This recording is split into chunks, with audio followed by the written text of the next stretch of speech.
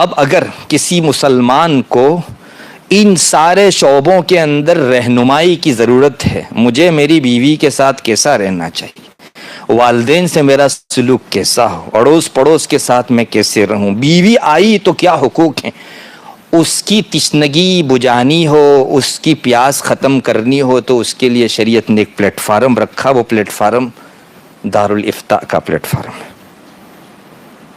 اسلام میں دارالافتاء کا مقام کیا ہے؟ ان سب تمہید اور پرستاونا کے بعد آپ سمجھئے، ایک تو سارے احکام کو اس نے عبادت بنا دیا، جنت جہنم سے جوڑ دیا۔ یہ دارالافتاء ہے جہاں ایک مسلمان اپنا پرسنل معاملہ رکھے گا اور کہے گا کہ مجھ کو شریعت اس بارے میں کیا رہنمائی کرتی ہے، مجھے کیا کرنا چاہیے اور کیا نہیں کرنا چاہیے، میں سیل پرچیز کر رہا ہوں، یہ طریقہ شریعت میں ویلڈ ہے یا ان ویلڈ۔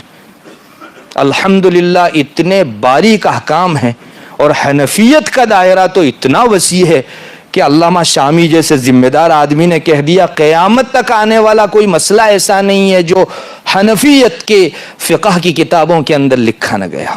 الحمدللہ ہم کو بالکل احساس کمتری نہیں ہے۔ اگر کوئی شخص 4 سال کا سوچتا ہے، شریعت نے قیامت تک کا سوچتی ہے اور دکھا دیا ہے ہم کو، کوئی مسئلہ ایسا نہیں۔ یہ دارالافتاء کا پلیٹ فارم ہے جہاں کوئی مسلمان اپنے دینی رہنمائی اور معاملات کے اندر ہدایتیں پا سکتا،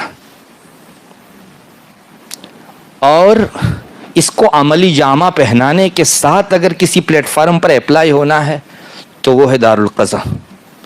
میں اپنے آپ کو حوالہ کرتا ہوں، میرا اور سامنے والے آدمی کا ڈسپیوٹ شریعت کو سونپتا ہوں، وہ جو حکم کرے باحوالہ آیات، حدیث اور فقہی آرٹیکلز کے ساتھ میں سر آنکھوں پر چڑھاؤں گا۔ عملی جامہ پہنانے کے لیے آدمی کسی پلیٹ فارم پر اپلائی ہوتا ہے، وہ ہوتا ہے دارالقضاء۔ میں نے آپ کو بتایا شریعت نے سارے احکام کو عبادت بنایا، دارالافتاء اور دارالقضاء کے قیام کو بھی عبادت کی حیثیت سے دیکھا گیا۔ عز الدین ابن عبدالسلام بہت بڑے بزرگ گزرے ہیں، عالم گزرے ہیں، ودوان گزرے ہیں، انہوں نے اپنی کتاب میں لکھا اسلامی سلطنت میں سب سے زیادہ اجر جو ملتا ہے وہ امیر المومنین کو ملتا ہے، چونکہ جتنے بھی شعبے ہیں سب کا روح رواں وہی ہے۔ دوسرے نمبر پر سب سے زیادہ اجر اگر کسی کو ملتا ہے تو قاضی کو ملتا ہے، چونکہ وہ اللہ کا نائب ہے اور اس کے احکام کو عملی جامہ پہناتا۔ تیسرے نمبر پر اگر کسی کو ملتا ہے وہ مفتی ہے، چونکہ وہ اللہ کا ترجمان ہے۔ آج بھی دیکھی جا سکتی ہے۔ یہ کیا بتا رہا ہے؟ اجر کس پر ملتا ہے؟ عبادت پر۔ پتا چلا یہ جو نظام ہے دارالافتاء اور دارالقضاء کا، یہ عبادت کا نظام ہے۔ مسلمان کی تشنگی بجھانے کے لیے اس جگہ مسلمان اپلائی ہو کر اپنی دنیاوی اخروی دونوں طرح کی کامیابیاں پا سکتا ہے۔